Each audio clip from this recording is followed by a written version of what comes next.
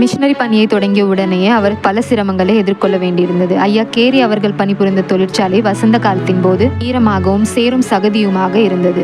சுகாதாரமற்ற சூழ்நிலையால் சுற்றுச்சூழல் மிகவும் ஆரோக்கியமற்றதாக இருந்தது மற்றும் ஒட்டுமொத்த குடும்பமும் நோய்வாய்ப்பட்டது. ஒரு சமயம் அவர் உடல்நிலை சரியில்லாமல் இருந்தபோது அவருக்கு ஏற்பட்ட காய்ச்சலால் ஐயா கேரி மிகவும் ஆபத்தான நிலை ஏற்பட்டது. மேலும் இந்த நிலையில் அவரது 5 வயது மகன் பீட்டர் இறந்துவிட்டார். ஆனால் இந்த சுமைகள், மரணம் மற்றும் விரக்தியின் அம்புகள் அனைத்தும் கேரி அவர்களை தேவனின் அன்பிலிருந்து பிரிக்கவில்லை. கிறிஸ்துவின் அன்புதான் அவரை ஊழியத்திலும் வாழ்க்கையிலும் உற்சாகப்படுத்தியது. கிறிஸ்துவின் அன்பினாலும் பலத்தினாலும் அவர் உடல் நலம் தேறி தினசரி பிரசங்கத்தையும் ஊழியத்தையும் தொடர்ந்தார். அவர் பெங்காலி மொழியில் கற்பிக்கவும் வேதாகமத்தை பெங்காலி பாஷையில் மொழிபெயர்க்கவும் தொடங்கினார். சமஸ்கிருத மொழியின் அறிவுத்திறனின்றி பெங்காலி மொழியில் சிறந்தவராக முடியாது என்பதை உணர்ந்த கேரி அவர்கள் இந்த ஆர்வத்தால் 8 மாதங்களில் சமஸ்கிருதத்தை கற்றுக்கொண்டார். கேரி அவர்கள் அனைவருக்கும் சுவிசேஷம் மற்றும் தேவனுடைய வார்த்தையின் உண்மையை கற்பித்தார். மேலும் கிறிஸ்துவின் மூலம் ஜீவ பாதையில் நடக்க அவர்களுக்கு கற்றுக் கொடுத்தார்.